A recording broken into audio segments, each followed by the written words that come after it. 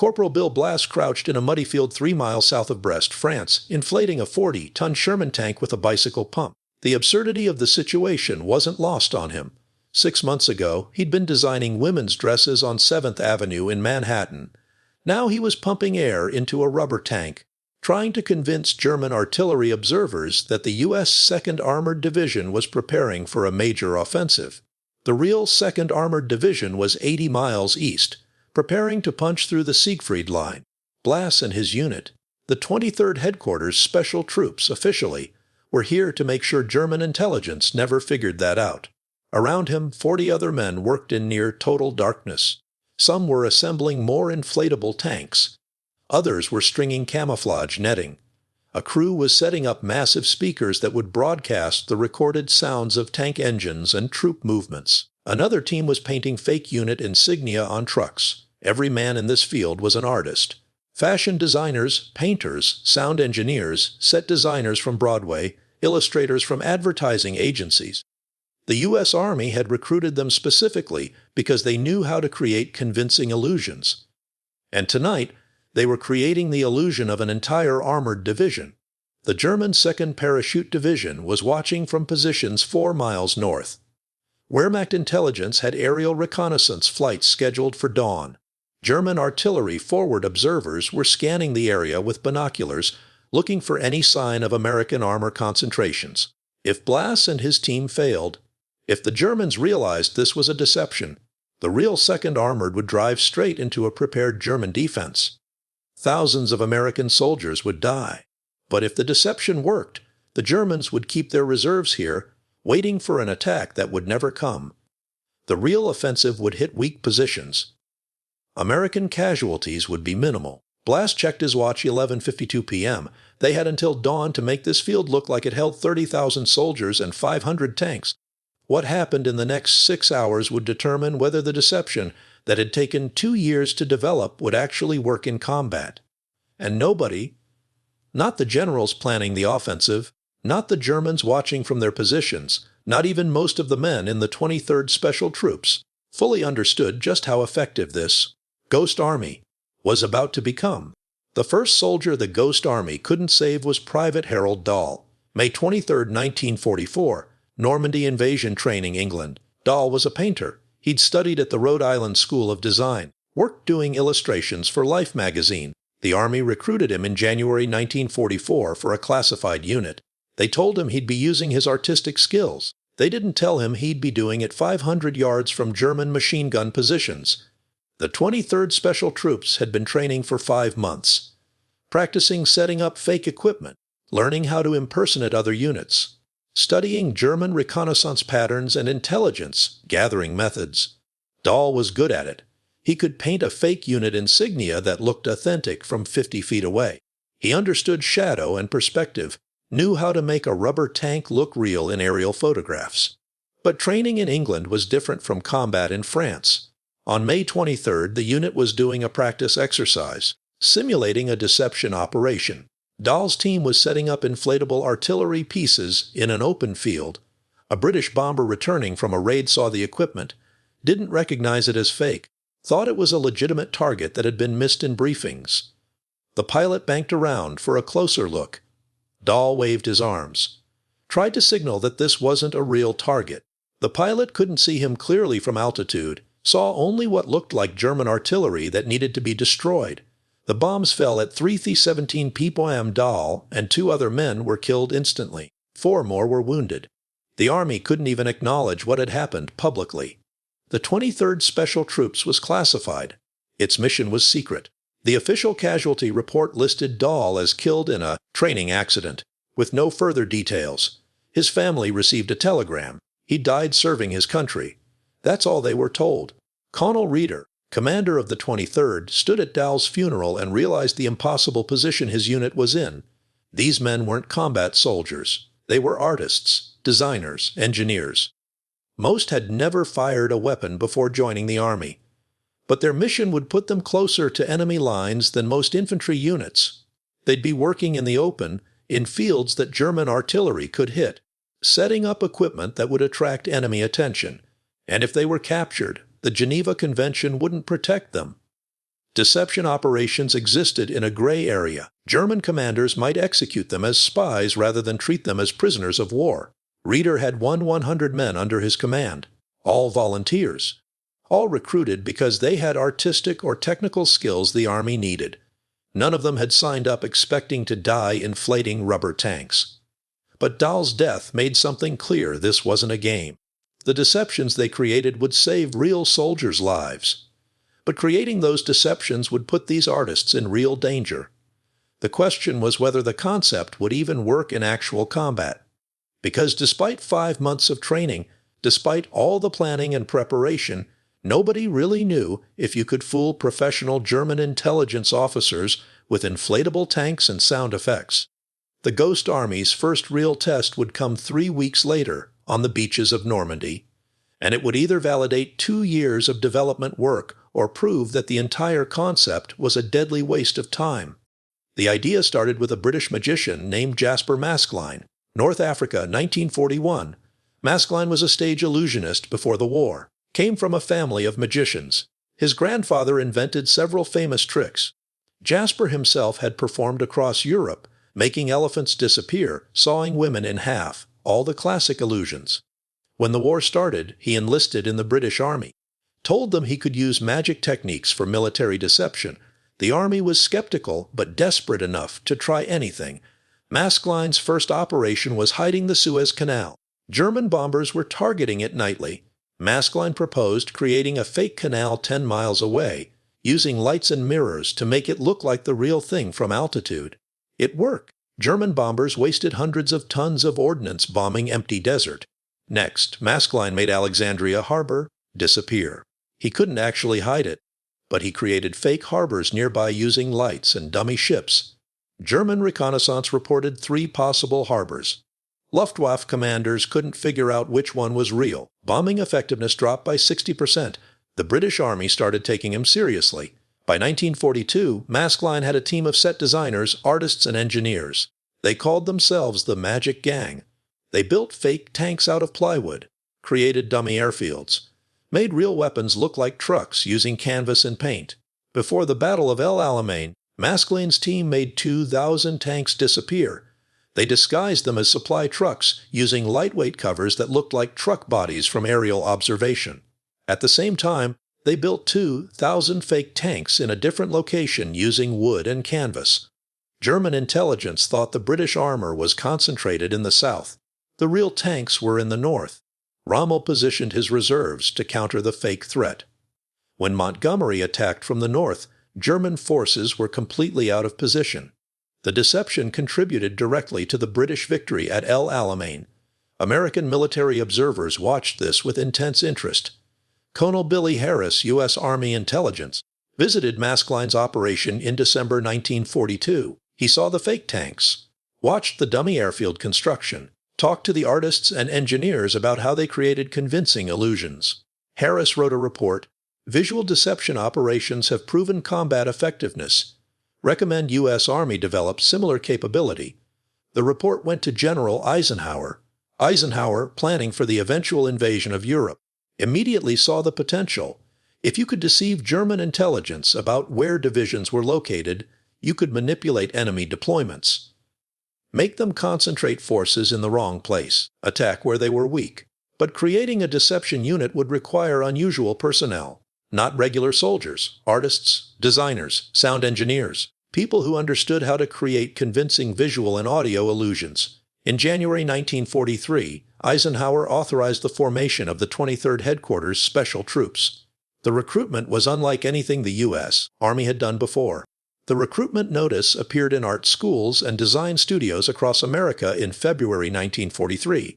It didn't say what the job was, just that the Army needed men with artistic skills for a classified assignment. Apply through normal recruitment channels. Don't ask questions. Bill Blass saw the notice at Parsons School of Design in New York. He was 21, working as an assistant fashion designer. The notice intrigued him. He volunteered, figuring anything was better than regular infantry. Ellsworth Kelly was studying at the Pratt Institute in Brooklyn. 20 years old, painting abstract compositions. He'd never considered military service, but the idea of using art for something practical appealed to him. He enlisted, Art Kane was working as an assistant photographer for Life magazine, 19 years old, still learning his craft. He saw the recruitment notice and thought it might be an opportunity to do military photography. He signed up. None of them knew what they were actually volunteering for. The Army processed them through normal basic training, 8 weeks at Fort Meade, Maryland. They learned to march, shoot, follow orders. They hated it. These were artists, creative types. The rigid military structure felt suffocating. Then in April 1943, they received orders to report to Camp Forest, Tennessee. That's where they met Colonel Reeder and learned what the 23rd Special Troops would actually be doing. Reeder gathered the first 300 recruits in a warehouse at Camp Forest. He stood on a platform surrounded by strange equipment, inflatable tanks, dummy artillery pieces, speakers the size of automobiles. "Gentlemen," Reeder said, "you're going to learn how to lie to the German army." He explained the concept. The 23rd would create fake military units, make the Germans think divisions were in locations where no troops actually existed, use visual deception, sound effects, radio traffic, and physical evidence to sell the illusion. The goal was to manipulate German intelligence, make their commanders deploy forces based on false information, create opportunities for real American units to attack weak positions. Some men thought it was brilliant. Others thought it was insane. Bill Blass, standing in the back of the warehouse, looked at the inflatable tank and thought, "This is either genius or the dumbest idea the Army has ever had." The training started immediately. They learned how to inflate the rubber tanks. Each one came in a crate, weighed 85 pounds, could be carried by 4 men. You attached an air compressor, inflated it in 15 minutes. From 100 yards away, it looked exactly like a real Sherman tank. But making it look real required more than just inflation. You had to position it correctly. Tanks in real units parked in specific formations. German photo analysts knew these formations. If you positioned fake tanks randomly, they'd recognize the deception immediately. You had to create the right kind of tracks in the dirt. Real tanks left distinctive tread marks. The Ghost Army had special devices that dragged behind jeeps to create fake tank tracks. You had to add the right details. Real tank crews hung laundry on their vehicles, left equipment scattered around, created paths from repeated walking. The Ghost Army artists learned to add these details to make the fake positions look lived in. Sound was equally important. The Ghost Army had recordings of real military units, tank engines starting, trucks moving, artillery pieces being positioned, men shouting orders, all recorded on massive 500-pound wire recorders. They had speakers that could project these sounds for miles. The speakers were mounted on half-tracks, pointed toward German lines. At night, when sound carried farther, they'd play the recordings. German listeners would hear what sounded like a major unit moving into position. The audio deception was developed by sound engineers from Bell Labs and RCA. These men understood acoustics. They knew how to make recorded sound seem real, how to add the right echoes and reverberations for different terrain. But the most sophisticated part of the deception was the radio traffic. Real military divisions generated constant radio communications, orders from headquarters to battalions, reports from scouts, logistics coordination, weather updates. A German signals intelligence unit listening to these transmissions could identify a division by its radio signature. The frequency of transmissions, the encryption patterns, the personalities of individual radio operators. The Ghost Army had specialists called spoof radio operators. These men studied real units, learned their communication patterns, then imitated them perfectly. They'd set up radio equipment and start broadcasting fake traffic. To German listeners, it would sound like a real division establishing communications. The Ghost Army even had specialists who impersonated specific radio operators. If the real 2nd Armored Division had a radio operator with a distinctive voice or transmission style, the Ghost Army would have someone who could replicate that exactly. German intelligence would hear the familiar operator and conclude the 2nd Armored was in that location. The training lasted 3 months. They practiced setting up complete fake divisions in fields around Tennessee, timed themselves. The goal was to create a convincing deception in under 6 hours. Work at night. Have everything ready before dawn when German reconnaissance planes would photograph the positions. By July 1943, Reeder believed they were ready. But they needed real combat experience before the Normandy invasion, somewhere they could test the concept against actual German intelligence without risking the success of a major operation. The opportunity came from an unexpected source. General Patton needed help in Sicily. The Sicily invasion started on July 10, 1943. Allied forces landed on the southern coast. The goal was to drive north, capture the entire island, knock Italy out of the war. German forces, primarily the Hermann-Göring Panzer Division, were concentrated around Mount Etna in the island's interior, strong defensive positions. If the Allies attacked directly, casualties would be heavy. Patton wanted the Germans to think the main Allied attack would come from the west, along the coast road. In reality, he planned to attack from the south, straight through the mountains. To sell the deception, he needed the Germans to see a major force concentration on the western approach. On July 18th, the 23rd Special Troops received orders to deploy to Sicily. This would be their first combat operation. Bill Blass and 200 men from the 23rd landed at Palermo on July 21st. They had 6 trucks full of inflatable tanks, dummy artillery, and sound equipment. Their mission: make the Germans think the U.S. 7th Army was preparing for a major offensive along Highway 113 on the northern coast. The operation was called Mincemeat Jr. They arrived at night, found an open area 2 miles from German positions, started unpacking equipment. Blass had inflated rubber tanks dozens of times in training. This was different. He could hear German artillery firing in the distance, see tracer rounds from machine guns on the ridge line to the north. The Germans were close enough to shell this position if they realized it was fake. His hands shook as he attached the air compressor to the first tank. He forced himself to focus, treated it like a design project. The tank needed to look real. That's all that mattered. By 400 a.m., they had 30 inflatable tanks positioned along a ridge where German observers could see them at dawn. Another team had set up dummy artillery pieces. The sound trucks were ready to broadcast tank and truck noises. At 5:30 a.m., German reconnaissance planes flew over. Blass watched from a camouflaged position, saw the planes circle, photographing everything. He had no idea if the deception would work. The tanks looked real to him from 100 yards. But would they fool German photo analysts? For 3 days, the Ghost Army maintained the deception. They moved the fake tanks each night. Real units moved regularly. If the equipment stayed in the same positions, German intelligence would get suspicious. They played sound effects at night: tank engines, truck convoys, radio chatter. They even sent men into nearby villages wearing 7th Army patches, letting Italian civilians see them. German intelligence interviewed locals regularly. If civilians reported seeing 7th Army soldiers, it would confirm the fake radio traffic and visual evidence. On July 24th, Allied intelligence intercepted German radio traffic. Wehrmacht commanders were discussing the major American concentration on the northern coast. They were moving reserves to counter the expected offensive. The deception had worked.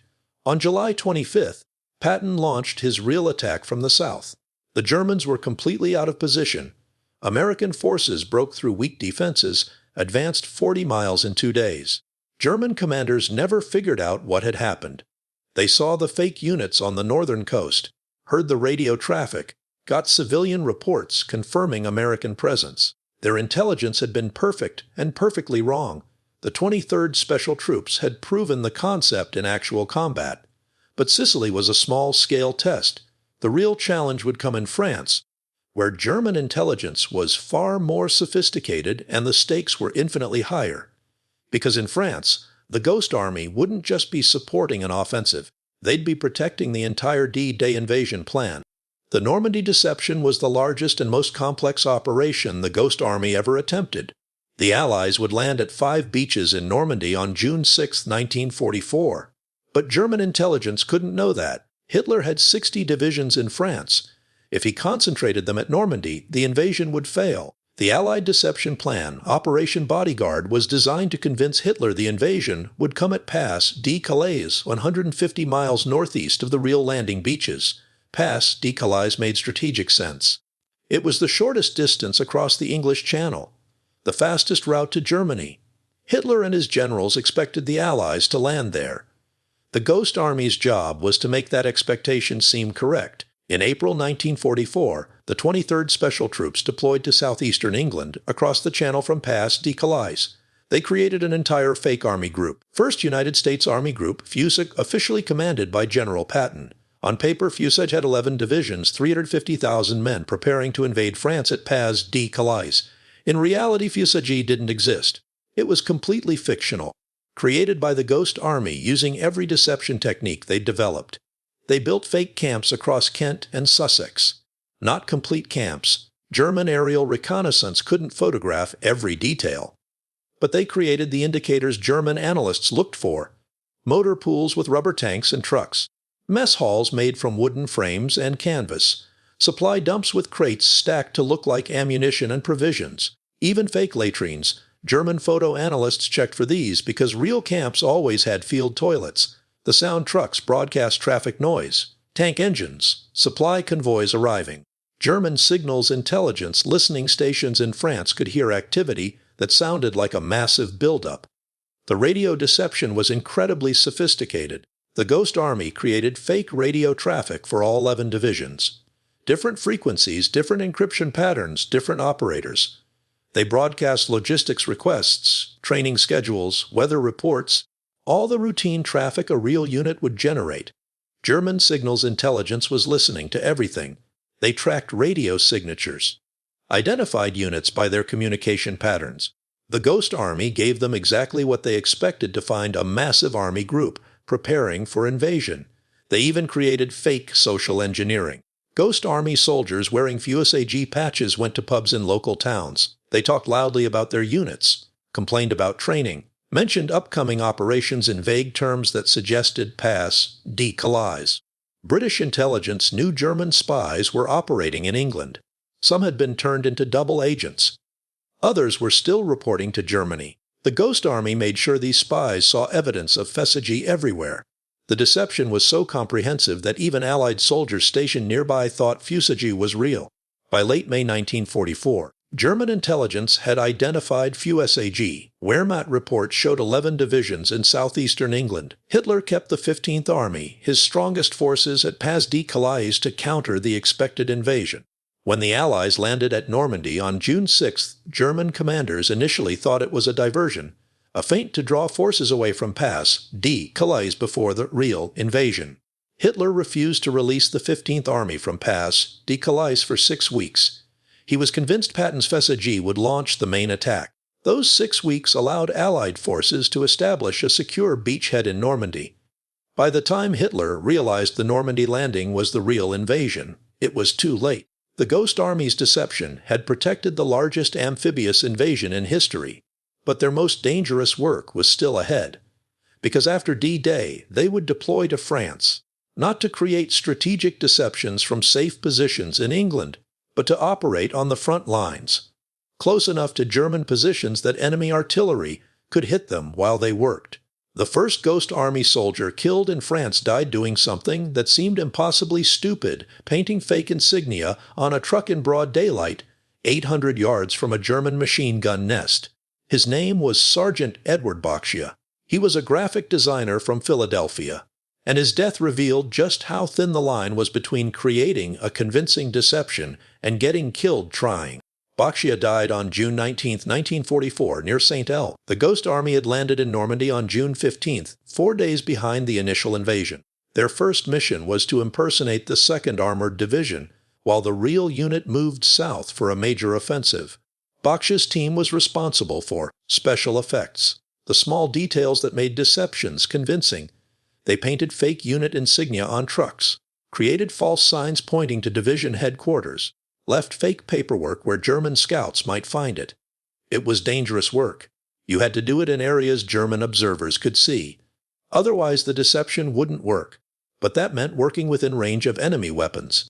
On June 19th, Baksha was painting a 2nd Armored Division insignia on a supply truck.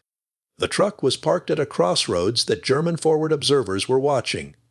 Standard procedure was to work at dawn or dusk.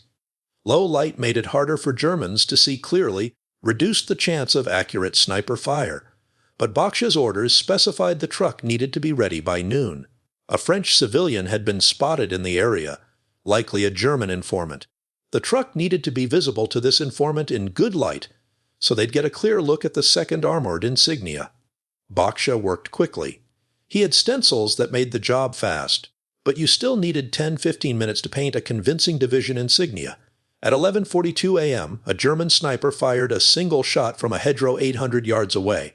Baksha died instantly. His team immediately scattered. Nobody could retrieve his body until dark. By then, the French informant had seen everything, including the 2nd Armored insignia on the truck. German intelligence received a report that evening. 2nd Armored Division spotted near St-O. The deception worked, but it cost Baksha his life. Colonel Reeder held a briefing that night, told his men they were doing critical work, reminded them that real soldiers' lives depended on these deceptions being convincing. But he also acknowledged the reality. The Ghost Army took casualties doing things that seemed absurd. Inflating rubber tanks, painting fake insignia, broadcasting sound effects. Men were dying to maintain illusions. The question haunting every soldier in the 23rd was whether the deceptions actually saved more lives than they cost. Because you could count the Ghost Army casualties, but you couldn't count the soldiers who survived because German forces were in the wrong positions. The math was invisible. The value was theoretical, and men like Baksha were dead regardless. The Ghost Army's most effective operation came in September 1944 near the German border. Operation Bettenberg. The U.S. 6th Armored Division needed to move from Luxembourg to join the assault on Metz, but moving an entire armored division takes time. Convoys stretch for miles. It takes days to relocate 15,000 men and hundreds of vehicles. During the move, the 6th Armored would be vulnerable. If German commanders realized the division was relocating, they could attack the convoys. Or worse, they could reallocate their own forces to strengthen Metz before the 6th arrived. The Ghost Army's mission: make the Germans think the 6th Armored was still in Luxembourg. The operation started on September 13th. As the real 6th Armored began moving out, the Ghost Army moved in. They set up inflatable tanks in the exact positions the real tanks had occupied. Put dummy artillery where the real guns had been. Parked trucks with fake unit markings in the motor pools. The visual deception was standard. But this operation required something more sophisticated. The Ghost Army needed to maintain the radio signature of an entire armored division. Every military division had a distinctive radio pattern. Headquarters communicated with battalions on specific frequencies. Tank units reported their status regularly. Artillery units coordinated fire missions. Supply officers requested parts and ammunition. This radio traffic created a constant background hum. German signals intelligence listened to it constantly. They couldn't decode encrypted messages, but they could identify units by their traffic patterns. If the radio traffic suddenly stopped, German intelligence would know the division had moved. The Ghost Army had a team of 20 radio operators who specialized in spoofing, imitating real units' radio patterns. For Operation Bettenberg, these operators studied the 6th Armored's communications for 2 weeks before the move. They learned every frequency the division used, identified individual radio operators by their transmission styles, memorized the division's standard messages and procedures. When the real 6th Armored moved out, the spoof operators took over. They broadcast fake traffic, headquarters sending routine orders, tank companies reporting status, supply requests, weather updates, everything a stationary armored division would transmit. German signals intelligence heard exactly what they expected: the 6th Armored still in Luxembourg. But maintaining the deception required obsessive attention to detail. Real radio operators had distinctive patterns. Some transmitted faster than others. Some had verbal tics, phrases they used repeatedly.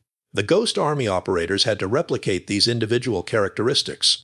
Sergeant Jack Mazie was one of the spoof operators. Before the war, he'd been a sound engineer for CBS Radio in New York. He had perfect pitch, could identify individual speakers by tiny variations in their voice patterns. Mazie studied the 6th Armored's primary radio operator, a sergeant named Thompson who handled most headquarters traffic.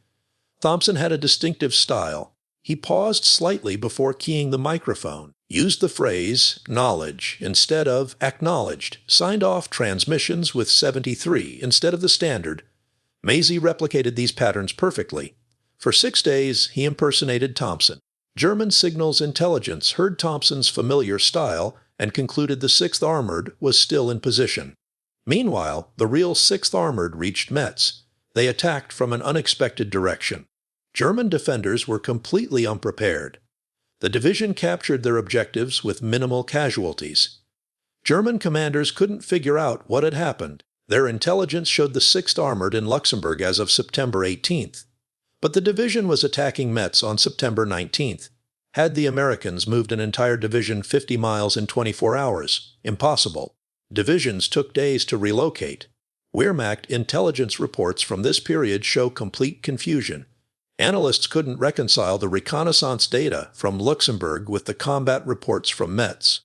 Some German officers began to suspect the Americans had developed some new form of deception, but they couldn't figure out how it worked. The Ghost Army's techniques were too subtle. The deceptions didn't look like deceptions. They looked like slightly confusing intelligence data, and confused data was normal in war. By October 1944, the Ghost Army had conducted 17 major deception operations. Every one had succeeded. They'd manipulated German deployments repeatedly, created opportunities for real American units to attack weak positions. Allied intelligence estimated the Ghost Army's operations had saved between 15,000 and 30,000 American lives by causing German forces to be mispositioned during critical battles.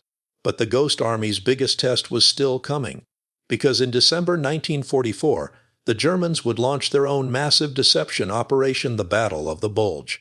And the Ghost Army would have to counter German deception while simultaneously maintaining their own. It would be the most complex and dangerous operation they ever attempted, and it would happen during the worst winter weather Europe had seen in 50 years. The Battle of the Bulge started on December 16, 1944.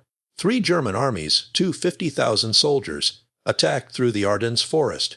Hitler's goal was to split the Allied armies, capture Antwerp, force a negotiated peace. The German offensive achieved complete surprise. Allied intelligence had missed all the warning signs. Within 48 hours, German forces had penetrated 50 miles into Allied lines. American units fell back in chaos. Some divisions were surrounded. Others retreated in disorder. The Allied front line, carefully maintained for 3 months, collapsed. On December 18th, Eisenhower ordered the 23rd Special Troops to the Bulge.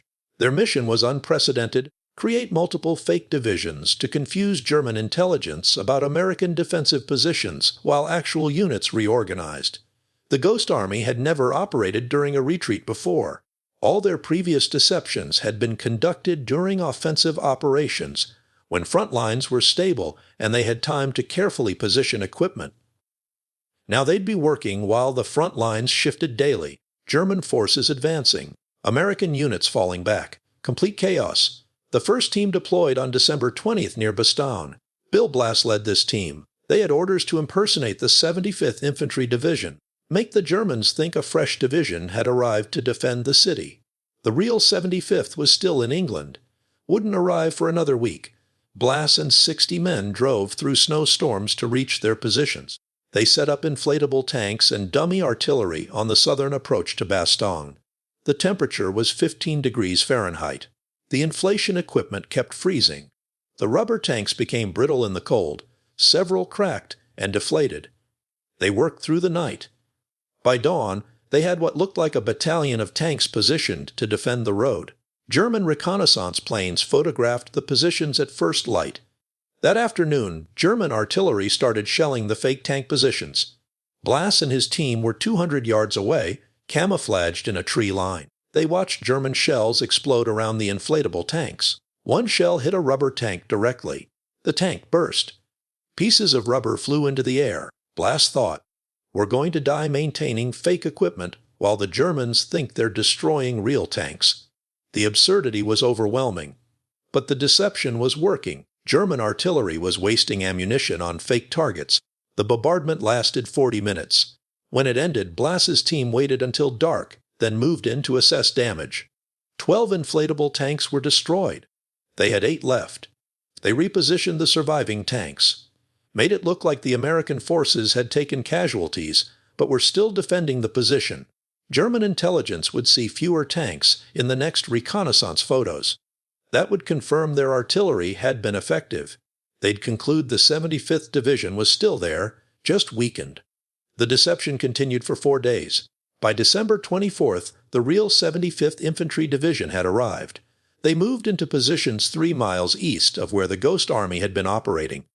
German commanders never realized they'd been shelling inflatable tanks for 4 days, while the real division assembled in a completely different location. But the Bulge operation revealed something troubling about the Ghost Army's work. The deceptions were effective, but the men creating them were operating in conditions that made survival almost random luck. During the Bulge, the Ghost Army lost 11 men, some to German artillery, some to friendly fire, American units that didn't know about the deception and fired at what they thought were German positions. One man froze to death when his truck broke down during a blizzard. These casualties were statistically low compared to combat units. But for men who'd enlisted expecting to use artistic skills, not fight on the front lines, the losses were devastating. Several men requested transfers. Some had breakdowns.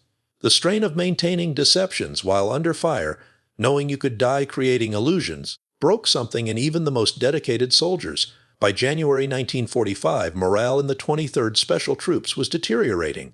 Colonel Reeder held a series of meetings, reminded his men that their work had military value, showed them intelligence reports proving German commanders had been deceived. But the evidence was abstract. Numbers and analysis. The men wanted something more concrete. They got it in February 1945, when a German intelligence officer was captured near the Rhine. The German officer's name was Major Klaus Richter. He was an intelligence analyst for Wehrmacht Army Group. Allied interrogators questioned him about German intelligence assessments. During the interrogation, Richter mentioned the possible American divisions. The interrogators asked what he meant. Richter explained German intelligence had been tracking American divisions across France. They used multiple sources, aerial reconnaissance, signals intelligence, captured prisoners, civilian informants. But starting in September 1944, the data stopped making sense. Divisions appeared in locations they couldn't have reached. Radio signatures indicated a unit was in one position, but prisoners from that unit were captured 50 miles away. Aerial photos showed equipment concentrations, but when German forces attacked those positions, they retrocontinue found nothing. Richter and his fellow analysts had spent months trying to reconcile these contradictions. They developed theories. Maybe the Americans had developed faster transport methods. Maybe they were using radio relay stations to broadcast from different locations. Maybe aerial reconnaissance was being spoofed somehow. But they couldn't figure out the mechanism. Richter pulled out a notebook he'd kept. It contained dozens of intelligence anomalies from the past 6 months. Units that moved impossibly fast. Tank concentrations that disappeared overnight. Radio traffic from divisions that prisoners claimed had moved days earlier. The interrogators realized what they were looking at, a complete record of Ghost Army operations from the German perspective. Every successful deception was in this notebook. Every time the Ghost Army had fooled German intelligence, Richter had recorded it as an anomaly. The interrogators sent the notebook to Colonel Reeder. Reeder gathered his officers and read through it. Page after page of German confusion. Ritter's increasingly frustrated notes. Data contradictory. Recommend additional reconnaissance. Unit location uncertain. Awaiting confirmation. American deployment patterns inexplicable. The notebook was proof. Definitive evidence that the deceptions had worked exactly as intended. Reeder called an assembly, brought the entire 23rd Special Troops together. Read excerpts from the notebook. The men listened in silence. Some started laughing. Others cried. The relief was overwhelming. For months, they'd been risking their lives creating illusions, never entirely sure if the Germans were actually being deceived. They'd seen the intelligence reports, but those were abstract. Second-hand evidence. This was different. This was a German intelligence officer's own words, documenting his confusion, proving the Ghost Army had systematically manipulated Wehrmacht command decisions for 6 months. Bill Blass stood in that assembly and felt something shift. The work had seemed absurd, inflating rubber tanks, playing sound effects, painting fake insignia. It had felt like children's games played at deadly cost. But reading Richter's notebook made the purpose clear. The absurdity was the point. The deceptions worked because they seemed too ridiculous to be real. No German intelligence officer expected the Americans to field an entire unit of artists creating fake armies. The concept was so unusual that German analysts never seriously considered it. They saw anomalies in their data and assumed errors in reconnaissance, or timing coincidences, or gaps in their own intelligence gathering. They never imagined the Americans were systematically feeding them false information through multiple channels simultaneously: visual, audio, radio, and human intelligence, all coordinated to create a single convincing lie. The Ghost Army's greatest success was that the Germans never figured out the deceptions were deceptions. By March 1945, the Ghost Army had conducted 21 major operations. They'd impersonated 14 different divisions, created fake army groups, manipulated German deployments before major offensives. Their final operation came at the Rhine River crossing, Operation Viersen. March 18-24, 1945, the U.S. Ninth Army was preparing to cross the Rhine at Wesel. The river was the last major natural barrier before Germany's industrial heartland. German forces would defend it desperately. The Ninth Army needed the Germans to be looking somewhere else. The Ghost Army created a massive deception 15 miles south at Viersen.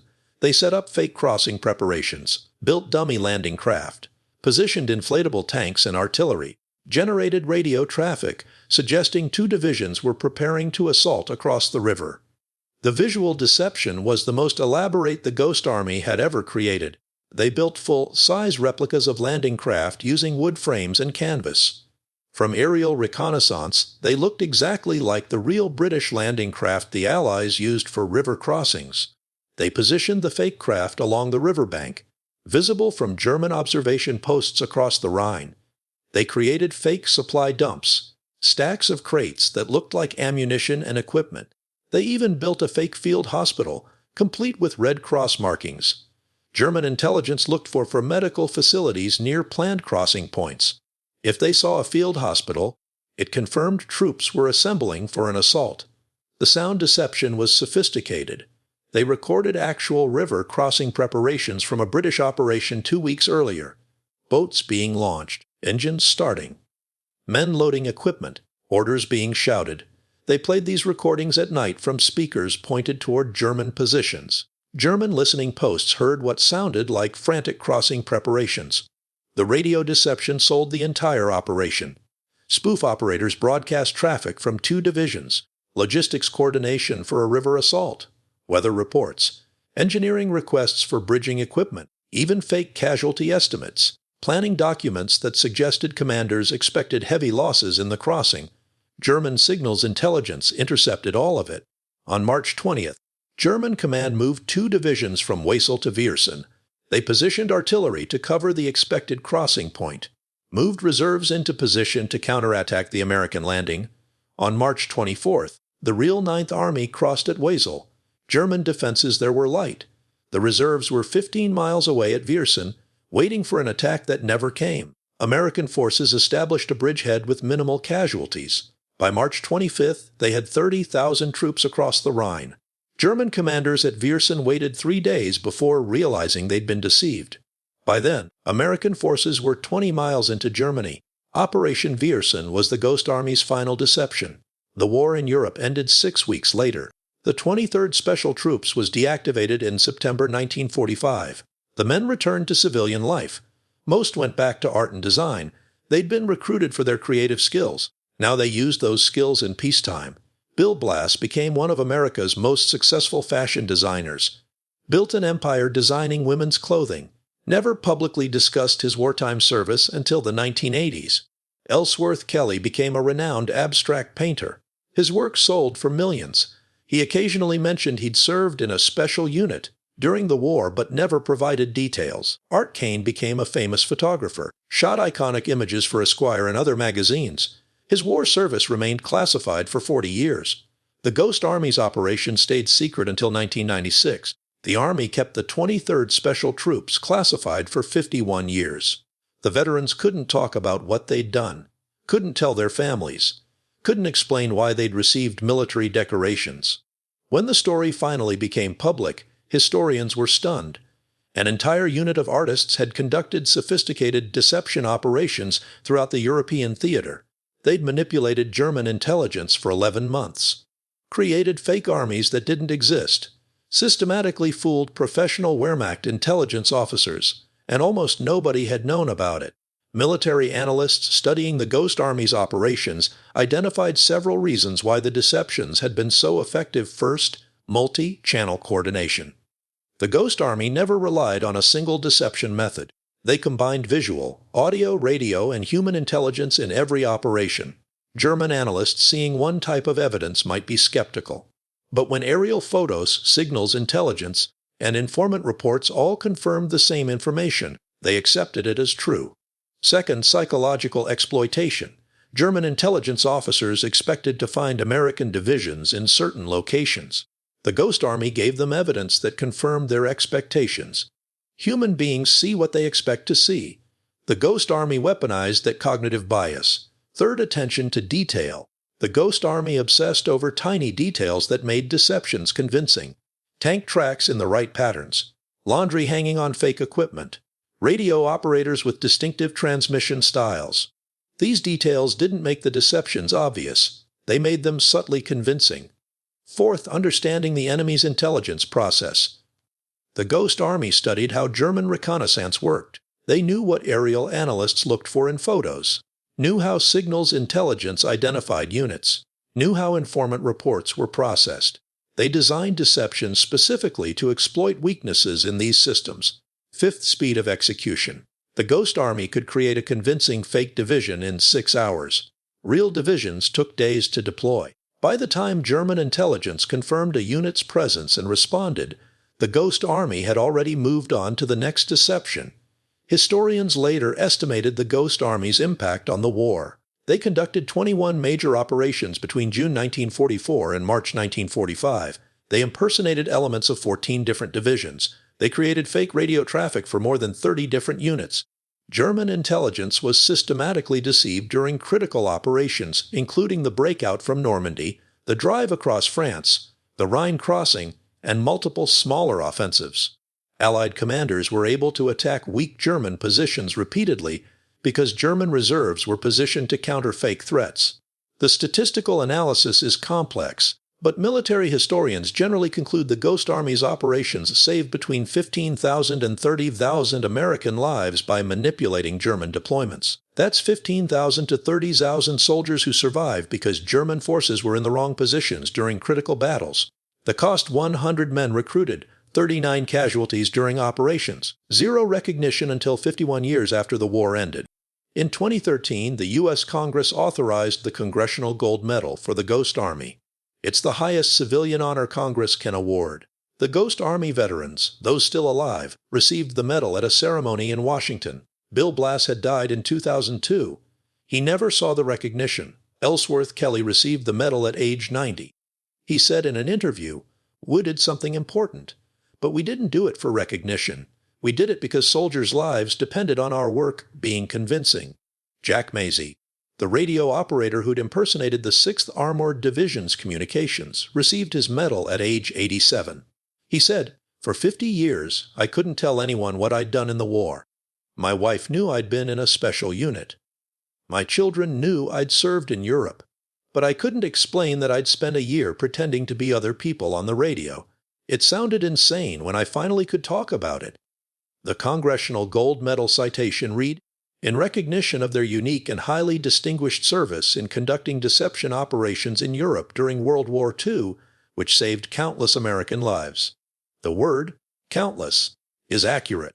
Nobody can definitively calculate how many soldiers survived because German reserves were positioned to counter fake threats. The mathematics of deception are invisible. You can count the operations, count the German divisions that were manipulated, but you can't count the soldiers who didn't die because they attacked weak positions instead of strong ones.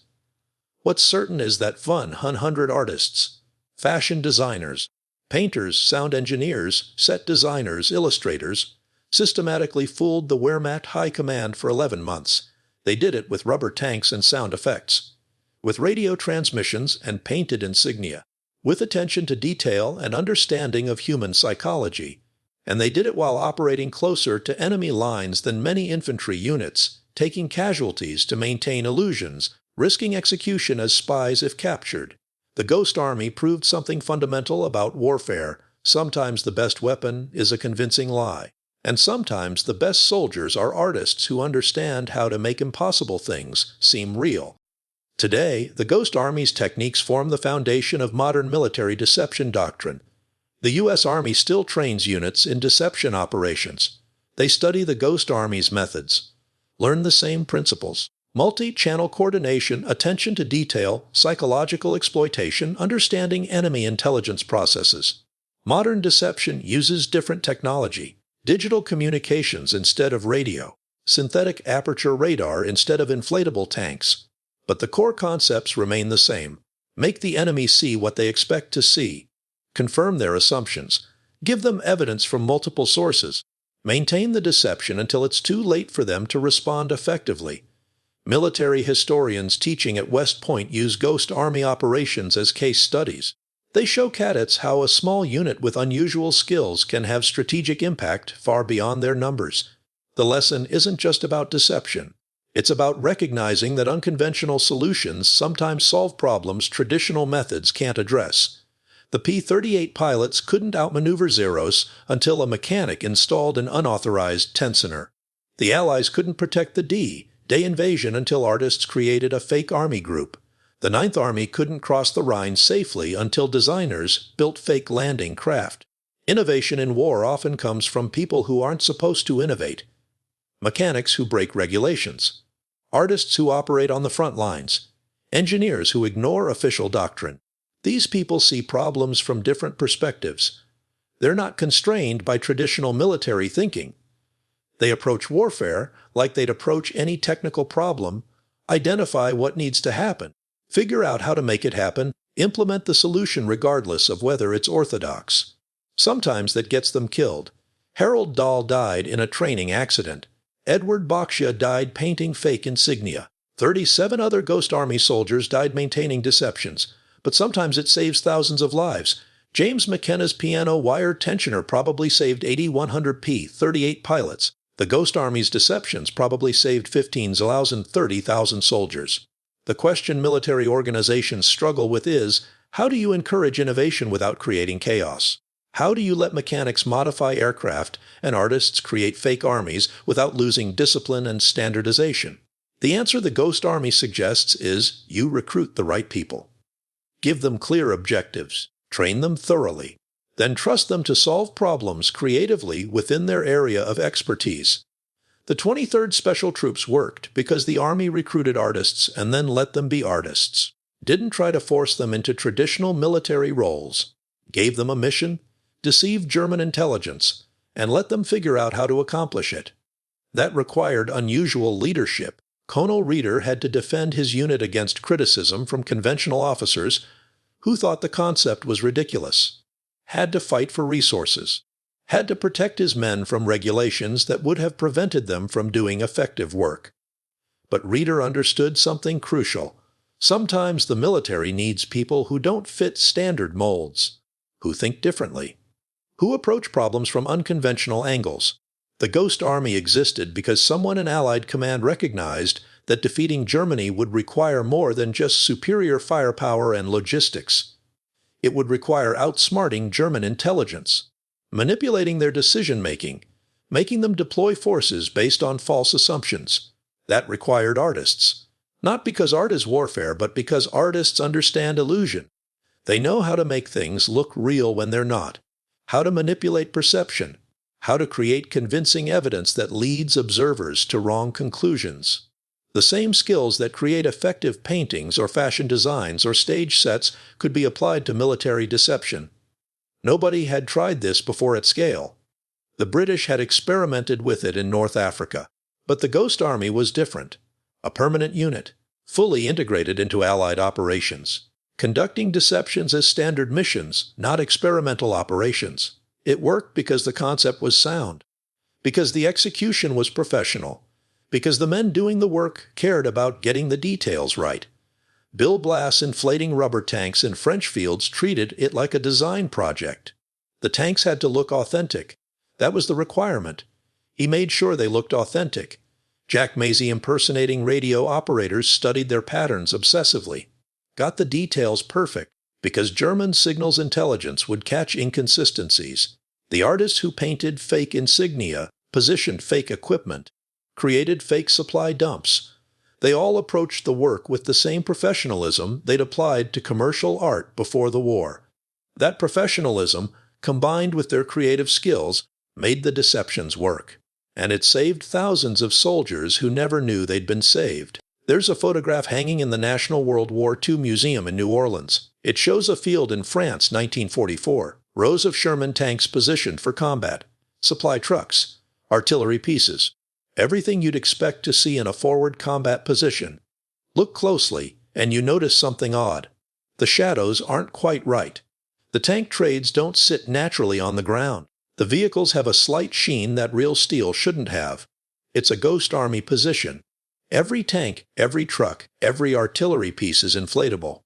The photo was taken by a German reconnaissance plane, developed in a Wehrmacht photo analysis lab, studied by German intelligence officers who concluded an American armored division was preparing for an offensive. German reserves were moved to counter the threat. The real American division attacked 20 miles away. That photograph represents everything the Ghost Army accomplished. A convincing lie, professionally executed, that manipulated enemy decision-making and saved American lives. The soldiers who created that deception were artists, fashion designers, painters, sound engineers, men who'd enlisted expecting to use creative skills and found themselves creating the most consequential illusions of their lives. They worked in fields within range of German artillery, maintained deceptions while under fire, took casualties doing work that seemed absurd. But the absurdity was strategic. The illusions were weapons. The art was warfare. And 51 years later, when their story finally became public, America learned that sometimes the people who win wars aren't the ones firing weapons. Sometimes they're the ones painting fake insignia on trucks, inflating rubber tanks in muddy fields, broadcasting recorded sounds of armies that don't exist. Sometimes the heroes are artists who made impossible things seem real, and made real German divisions chase ghosts across France while actual American soldiers attacked from unexpected directions and survived battles they might have lost. The Ghost Army Fun 100 artists, 21 operations, 11 months of systematic deception, 0 recognition for half a century, but 15,000 to 30,000 American soldiers who came home alive. That's the number that matters. That's the legacy. That's why we remember James McKenna and Harold Dahl and Edward Boksha and Bill Blass and Jack Mazey and the 195 other men who served in the 23rd Headquarters Special Troops. Not because they were famous. Not because they received medals. Not because their story was publicly known. But because they did something nobody had done before. Created an army out of rubber and sound effects and radio signals. Fooled professional intelligence officers for months. Manipulated enemy deployments during the most important military operations in human history. And they did it while most of the world, including most of the American military, had no idea they existed. If you found this story as compelling as we did, please take a moment to like this video. It helps us share more forgotten stories from the Second World War. Subscribe to stay connected with these untold histories. Each one matters. Each one deserves to be remembered. And we'd love to hear from you. Leave a comment below telling us where you're watching from. Our community spans from Texas to Tasmania. From veterans to history enthusiasts, you're part of something special here. Thank you for watching, and thank you for keeping these stories alive. Because the Ghost Army deserves to be remembered, not as a curiosity, not as a footnote, but as what they were: artists who became soldiers.